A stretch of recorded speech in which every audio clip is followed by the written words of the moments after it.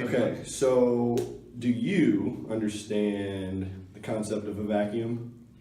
Yes. So not the vacuum at home, right? Okay. The vacuum as in there are no air particles inside of an area, Okay. right? You heard of that? Yeah. Like space, right? Space is a vacuum.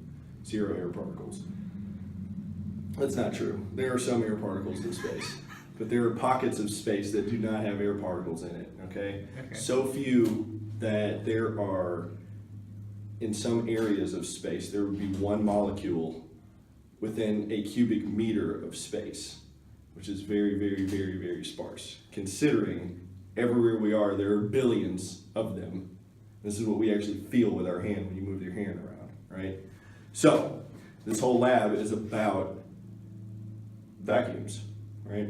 So what I'm going to show you guys, or you today, is how vacuums work, right? With this apparatus system. This is a bell jar, right? It's made out of polycarbonate, which is a very hard plastic, typically used in safety applications. Typically your eye pro safety glasses are made out of polycarbonate. This is the bell jar cap. It's got an O-ring on it so that it creates a nice tight seal on here. This is a 60 milliliter syringe, right? And this syringe only is pulling and pushing air. There's no liquid in here. It's not true though. So I said there's no fluid in here. Air is technically a fluid, if you didn't know that. So now you know. This is a tube system that has a series of check valves in it, okay? And what a check valve does is only allow air to travel in one direction. It won't travel back, right? So when air travels through here, but it won't travel this way, and air travels this way, but it won't travel this way, all right? It's kind of cool. It's a balloon made out of latex, suction cup, okay? So what I'm gonna do today is explain to you how this system gets put together to start. First thing you do is take the bell jar cap and the bell jar and mate them together and ensure that there is a decent seal around those. You take this tube system, it's got the T, it's already assembled. You take that, insert this coned in into the hole of the bell jar. It's a press fit, so you don't actually have to twist or tighten or anything like that. Then you take your syringe and screw it onto the T part. And this is your base system. Currently there's still air inside of this jar and in this system itself. The syringe is at its depressed position, and this is how we're going to start the actual explanation for the students. So to give you a demonstration of how this properly works, I'm going to ask you first, what do you think will happen if I suck all the air out of this jar? Do you think I'll be able to pull the cap back off of it? No. Right, you're absolutely right. I will not be able to pull the cap back off of it. So if I take the syringe and pump out as much of the air as I can, and I typically do this with 10 to 15 pulls, you can't separate the jar anymore, right? Do you know why I can't do that? No. You just know that there's no air in there, right? Yeah, no, there's no air in there and it can't be taken away. Right.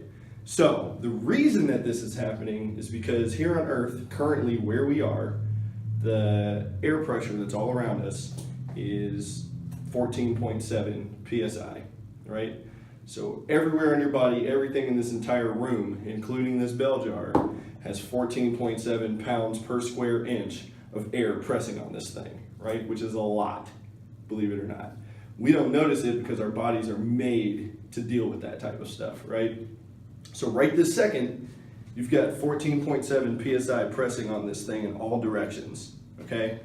So the fact that there is no air or very little air, there's a partial vacuum inside of this jar, that means that all the air is pressing these two pieces together, right? So you have 14.7 psi pressing here and here and here and every other space, and they're holding this thing together.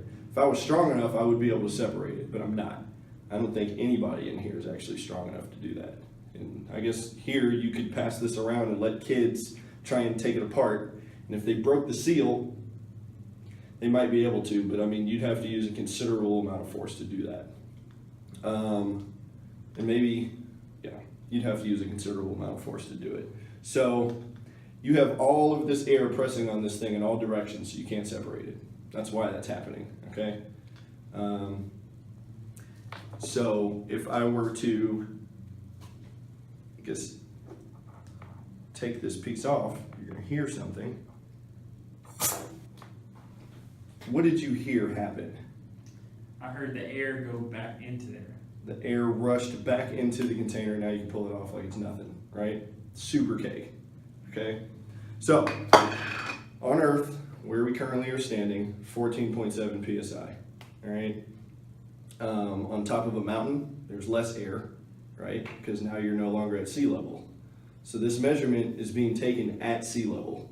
And currently, from what I looked at, we are 466 feet above sea level here in Louisville, all right? So if you're on the top of Mount Everest, which is above 30,000 feet, now you have less air from the atmosphere pressing down on you because now you're up higher, right? You still have all this air down here. Now you still have this amount of air pressing on you, but it's not nearly as high. In fact, it is, if you're on the top of Mount Everest, you have 4.36 PSI of air pressing on you, okay? So when you're on sea level though, you have 14.7. So the atmosphere goes up to about 62 miles, okay? And 62 miles of air is what's responsible of pressing with that much force on your body, okay? Air typically doesn't weigh that much. You think about that all the time. Well, when you have 62 miles of air above you in a column, you're gonna get that much pressure pressing on you, all right? So the higher up you go, the less pressure you get. It's a pretty easy concept, right? You go to outer space, very little pressure because you're in a vacuum. There's no air, typically, okay? So that's why we wear spacesuits. Now I'll actually demonstrate what will happen if you don't wear a spacesuit and you go into outer space, okay? So this is a balloon that's partially filled with air, okay? Put that in there. Seal my system to the best of my ability initially. Let's start back here. Now what do you think is gonna happen if I take all the air out of this jar? I think that balloon's gonna explode. Okay, Actually implode. so you think it's gonna shrink? Yes. Okay. Let's see what happens.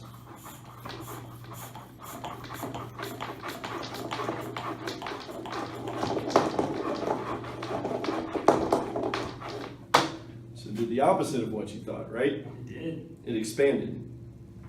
The reason that it expanded, actually, do you know the reason? No. After what we talked about? How much pressure is inside of that balloon initially? Okay, so Right. there's more pressure now. Right? So originally inside the balloon, when I blew some air into it, when the balloon is deflated completely out here, there's 14.7 PSI on the inside of that. When I blow into it, I increase that amount of pressure, right? Ever so slightly. So say there's 15 PSI of air pressure in there. When I had it in the partially filled state. When I put it in there and took all of the air outside from around the balloon, the air wants to expand naturally, right? Because now it has nothing pressing on it anymore, so the balloon wants to expand. That's why that happens, all right? So it's the same concept. So out here, you have 14.7 PSI pressing on this bell jar, but inside the jar, there's not that much in there. Not a perfect vacuum, but it's a partial one. And it's enough to demonstrate the differences in the pressures. So the reason that happened is because there's very little air inside of this jar. And then there was 15 PSI essentially of air inside of that balloon. And the balloon wants to expand since there's no pressure acting on it. So that's why that happens, right? Which is pretty fun. This is kind of what would happen to your body in space, because really all we are as humans is a sack of fluids and bones, right? typically airtight, typically. Well, that's not even true. You're not airtight, but you have your body's kind of porous, but you would explode. You would expand and fill with fluid, right? So, which would be bad. You'd also freeze to death. You'd also get really bad sunburn almost instantly. Like, you'd have a lot of other problems. But in addition to, you would swell up, and then you might burst. So, I'm gonna take the air out of here. The balloon goes back, right? It's pretty fun. All right. So this is where I would actually show you all the same concept with, you could put peeps in here, and peeps act the same way, right? The reason that peeps are marshmallowy, the way that they are, is because they have a bunch of little air pockets in them. If I put a peep in there, suck the air out, the air pockets are going to want to expand, and they're going to do that. When we're doing this demonstration at Central, you all actually do that too. I just don't have any peeps on me. Same thing with shaving cream, same stuff. Shaving cream is nothing, if you were looking through a microscope with it, you could see nothing but a bunch of little air pockets. Put shaving cream in there, it wants to expand. Same concept. So you all will also do that. I also have here a suction cup, right? Now, I don't really know what's really gonna happen when I do this, per se, but I'm gonna try it. I'm gonna take the suction cup and I'm gonna put it on the cap, like this. Right? Now, the way suction cups work is exactly the same way this bell jar works, if you've never really thought about that, right? So when you press down on the suction cup, you are evacuating the air that was in the pocket between the suction cup and whatever object it was. Now you have 14.7 psi pressing down on this suction cup, right? So what do you think is going to happen if I put the suction cup in here and suck the air out of this container? What do you think is going to happen? It's going to lose its suction and just fall down. Oops, crap.